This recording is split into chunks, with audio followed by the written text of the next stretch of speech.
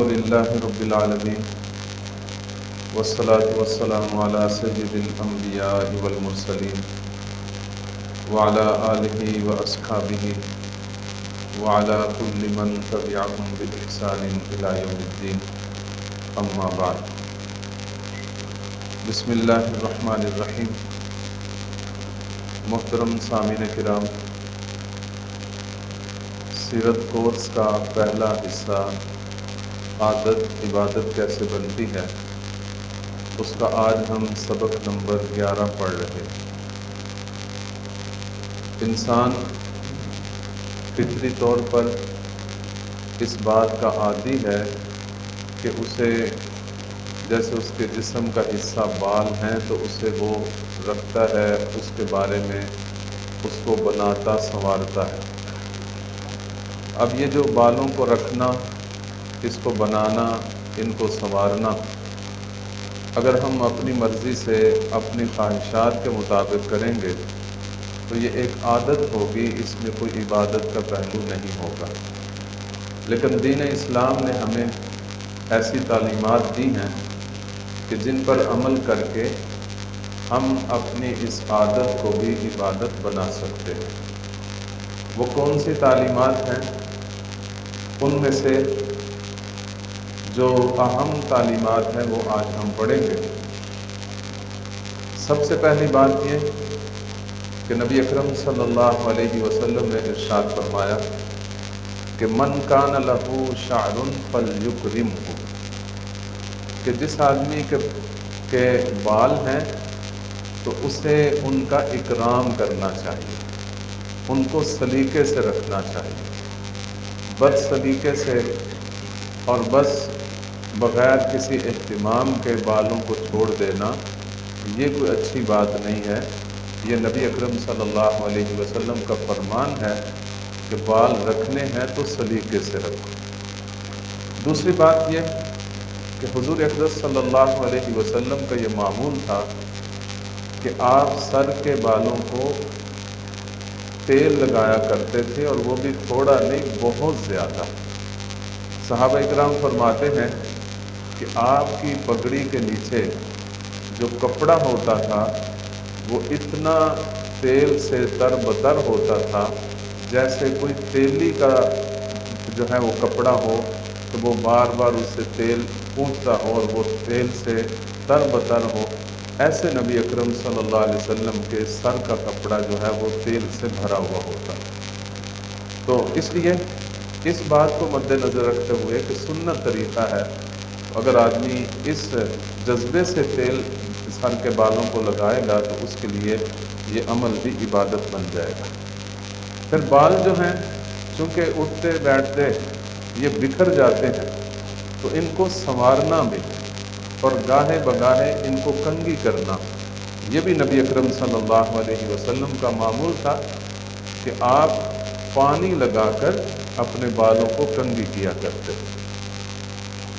اسی طرح کنگھی کرنی ہے تو اس میں بھی اس بات کو نبی اکرم صلی اللہ علیہ وسلم پسند کرتے تھے کہ میں دائیں طرف سے کنگھی کی ابتدا کروں۔ داڑھی کو کرنی ہے تو پہلے دائیں طرف، سر کے بالوں کو کنگھی کرنی ہے تو پہلے دائیں طرف پھر بائیں طرف۔ اس بات کا نبی اکرم صلی اللہ علیہ وسلم خوب اہتمام فرمایا کرتے، بلکہ آپ کو تو ہر اچھے کام میں دائیں طرف سے ابتدا کرنا ہی پسند تھا، کہ مثلا کنگھی کرنا ہے یا آپ نے جوتا پہننا ہے تو اس میں بھی پہلے دایاں قدم پہنتے تھے، اور اسی طرح آپ نے طہارت حاصل کرنی ہے، جیسے وضو کرنا ہے تو دائیں طرف سے شروع کرتے تھے، اور بلکہ ہر کام میں آپ کو جو اچھے کام تھے ان کاموں کو دائیں طرف سے شروع کرنا بہت پسند تھا، اور اس میں سے ایک کنگھی کرنا بھی شامل ہے۔ اسی طرح نبی اکرم صلی اللہ علیہ وسلم شروع میں بالوں کو بغیر مانگ نکالے ایسے نیچے لٹکا لیا کرتے، مانگ نہیں نکالتے تھے۔ لیکن جب دیکھا کہ یہود و نصارہ بھی مانگ نہیں نکالتے، مشرکین جو ہیں وہ مانگ نہیں نکالتے، تو آپ صلی اللہ علیہ وسلم نے ان کی مخالفت میں مانگ نکالنا شروع کر دی، یعنی جس کو ہم پنجابی میں چیر نکالنا کہتے ہیں نا، تو ایسے ناک کی سیدھ پر بالکل سر کے درمیان سے آدمی مانگ نکالے، لیکن وہی نکال سکتا ہے جس کے بال ہوں، اگر بال ہی نہیں ہے تو وہ پھر اس کو ظاہر ہے کہ سنت پر عمل نہیں کر سکتا۔ اسی طرح کبھی کبھار آدمی کو بڑے بال رکھنے بھی چاہیے۔ نبی اکرم صلی اللہ علیہ وسلم کے بالوں کی 3 کیفیتیں احادیث میں آتی ہیں، لمہ، جمہ اور وفرہ، کہ آپ ان کانوں کے درمیان سے بالکل درمیان، یہ جو چھوٹی سی کان کی ہے نا لو، اس کے بالکل برابر سے آپ بالکل سارے گردن کے طرف جتنے بال ہوتے تھے سارے کٹوا دیتے تھے، تو یہاں کانوں کے درمیان تک بال رکھتے تھے۔ اور اسی طرح جمہ، یہ جو نیچے نرم جو گوشت ہے نا کان کا، اس کے برابر برابر بالوں کو کٹوا دیا کرتے تھے، اس کو جمہ کہتے ہیں۔ اور وفرہ یعنی کندھوں تک بال کو آپ صلی اللہ علیہ وسلم بڑھا دیتے تھے۔ تو تینوں طرح بال رکھنا نبی اکرم صلی اللہ علیہ وسلم سے ثابت ہے۔ اگرچہ اس میں محدثین فرماتے ہیں کہ یہ جنگوں کے حالات میں جب آپ کو بال کٹوانے کا زیادہ موقع نہیں ملتا تھا، جنگوں کی مصروفیات رہتی تھی غزوات میں، تو اس وقت یہ بال بڑھتے تھے، ورنہ عام طور پر آپ اتنے بال نہیں بڑھاتے تھے۔ تو بہرحال یہ کبھی کبھار اس سنت کو بھی زندہ کرنے کے لیے آدمی اپنے بالوں کو بڑا بھی رکھ لے، تاکہ پوری زندگی میں اس طریقے پر ایک دفعہ بال رکھ لے جس طریقے پر نبی اکرم صلی اللہ علیہ وسلم رکھوایا کرتے۔ بال کٹوانے ہیں یا منڈانے ہیں، دونوں صورتوں میں یہاں بھی اس بات کو مد نظر رکھنا کہ پہلے دائیں طرف کے بال کاٹنا، پھر بائیں طرف کے بال کاٹنا۔ جیسا کہ حدیث پاک میں آتا ہے کہ نبی اکرم صلی اللہ علیہ وسلم نے جب عمرہ کے بعد حج کے بعد بال کٹوائے تو سب سے پہلے دائیں طرف جو ہے وہ حالق کے سامنے کی کہ یہاں سے میرے بال کاٹے، پھر بائیں طرف کاٹے۔ تو اس لیے یہاں بھی دائیں طرف کو مقدم کرنا یہ سنت طریقہ ہے۔ جو بال کٹ جاتے ہیں انہیں دفن کر دینا۔ عام طور پر یہ جو آج کل بڑا عجیب ماحول ہے کہ گلی محلوں میں آواز لگاتے ہیں کہ بال خریدنے والے آئے ہوئے ہیں، پتہ نہیں کتنے ہزاروں روپے کے کلو وہ لیتے ہیں، تو بالکل انسانی بال بیچنا، اس کے عوض پیسے لینا، یہ ناجائز ہے، یہ طریقہ صحیح نہیں۔ تو چاہے وہ کنگھی سے ٹوٹے ہوئے ہوں یا کٹے ہوئے بال ہوں، اپنے بالوں کو بیچنا نہیں ہے، اور ایسے گندگی پر نہیں پھینکنا، بلکہ ان کو اکٹھا کر کے کسی ایسی جگہ پہ دفن کر دینا جہاں اس کی بے حرمتی نہ ہو، کیونکہ یہ انسانی اعضاء میں سے ایک عضو ہے۔ ناخن بھی ہمارے اعضاء میں سے ایک عضو ہے، بال بھی ہمارے اعضاء میں سے ایک عضو ہے۔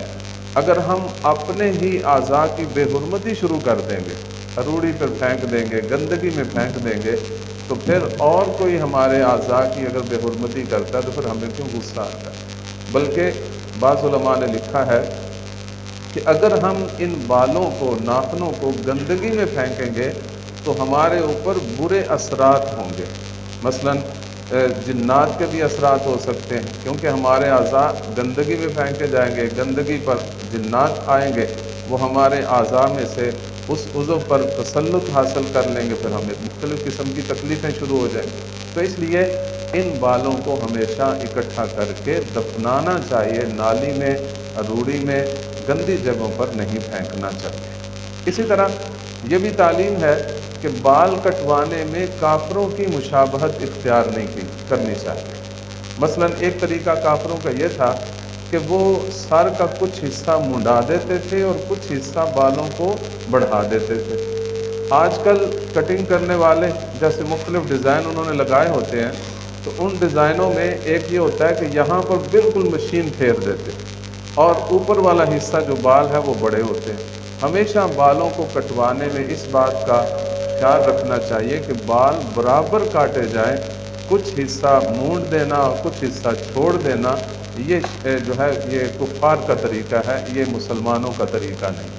اسی طرح کئی لوگ لٹ جو ہے وہ چھوڑ دیتے، تھوڑا سا بچے کو کسی نے منت مانی کہ میرے ہاں بچہ ہوگا تو اس کے میں ایک لٹ رکھوں گا، وہ سال ہا سال لٹ چلتی رہتی ہے اور وہ باقی سارے سر کے بال کو کٹواتے رہتے ہیں اور وہ لٹ جو ہے وہ چھوڑ دیتے ہیں۔ یہ بھی کافروں کا طریقہ ہے، یہ مسلمانوں کا طریقہ نہیں ہے، اس سے احتراز کرنا چاہیے۔ حضور اقدس صلی اللہ علیہ وسلم کا فرمان ہے کہ لیس منا من تشبہ بغیرنا، جو ہمارے مسلمانوں کے طریقے کو چھوڑ کر کسی اور طریقے کی مشابہت اختیار کرتا ہے، اس کا ہم سے کوئی تعلق نہیں۔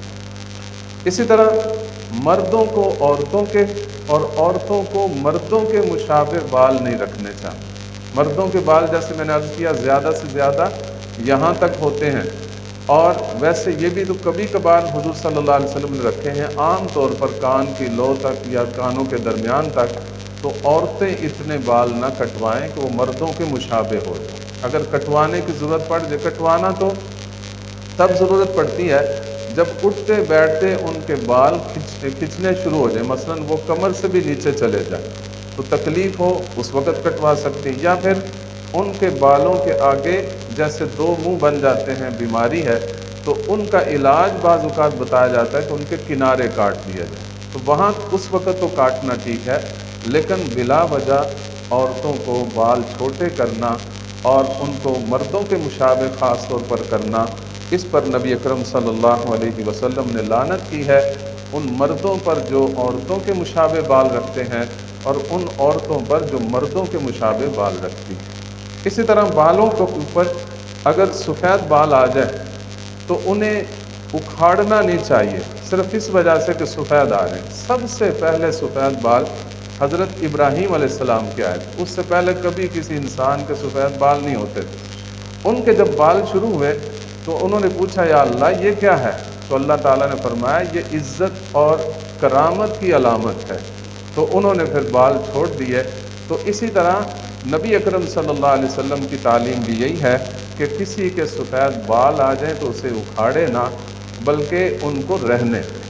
اور اگر سارے ہی بال سفید ہو گئے ہیں تو اس کے بارے میں ایک اصول سمجھ لیجئے کہ جب تک جوانی کے عالم میں سفید ہو رہے ہیں تو اس میں تو آدمی ایک کالے رنگ کا خضاب لگا سکتا ہے۔ جوانی کی عمر زیادہ سے زیادہ 40 سال ہے، 40 سال سے پہلے تو آدمی کالے رنگ کا خضاب لگا سکتا ہے، کیونکہ وہ اس سے پہلے سفید بال آنا اس کے لیے ایک عیب ہے۔ لیکن 40 سال کے بعد کالے رنگ کا خضاب نہیں لگانا، ہاں براؤن لگا سکتے ہیں، ڈارک براؤن لگا سکتے ہیں، جو دور سے تو ایسے لگے جیسے سیاہ ہے لیکن حقیقت میں وہ سیاہ نہیں ہوتا، وہ لگا سکتے ہیں۔ لیکن کالے رنگ کا خضاب لگانا بڑھاپے کی حالت میں، یہ نبی اکرم صلی اللہ علیہ وسلم نے اس پر بڑی سخت وعید فرمائی ہے کہ ایسے لوگوں کو جنت کی خوشبو بھی نصیب نہیں ہوگی۔ تو اس لیے 40 سال کے بعد یعنی بڑھاپے کی حالت میں کالا خضاب نہیں لگانا۔ ہاں اور ویسے سفید بال چھوڑ بھی سکتے ہیں، جائز تو ہے، لیکن زیادہ بہتر یہ ہے کہ بالوں کو رنگ کر دیا جائے، کوئی نہ کوئی رنگ کرنا۔ جیسے حضرت ابو بکر صدیق رضی اللہ عنہ کے والد گرامی جب مسلمان ہو کر آئے تو ان کے سارے بال داڑھی کے سر کے سفید ہو گئے تھے۔ حضور اقدس صلی اللہ علیہ وسلم نے فرمایا ان بالوں کو کوئی رنگ کر کے اس کا رنگ بدل دو۔ تو زیادہ بہتر یہ ہے کہ کوئی نہ کوئی رنگ کر لیا جائے۔ اسی طرح کانوں پر اگر بال آگے ہیں اسے کاٹنا بھی جائز ہے، اسے اکھاڑنا بھی جائز ہے۔ داڑھی کے بارے میں نبی اکرم صلی اللہ علیہ وسلم کا فرمان ہے کہ داڑھی کو چھیڑو نہ، یعنی اس کو بڑھنے دو، کم از کم اتنی بڑھنے دو کہ آدمی کے ایک مٹھی برابر جو ہے وہ داڑھی ہو جائے، اور مونچھوں کو چھوڑو نہ، اس کو جڑ سے کاٹ کے رکھ دو، یعنی اس کو زیادہ بڑی نہ رکھنا۔ اور ویسے اگر رکھنی بھی ہے تو یہ جو ہونٹوں کے یہ کنارہ ہے، اس کنارے سے بال آگے نہیں آنے چاہیے۔ اگر کسی نے رکھنے بھی ہیں تو اس سے آگے نہیں آنے چاہیے۔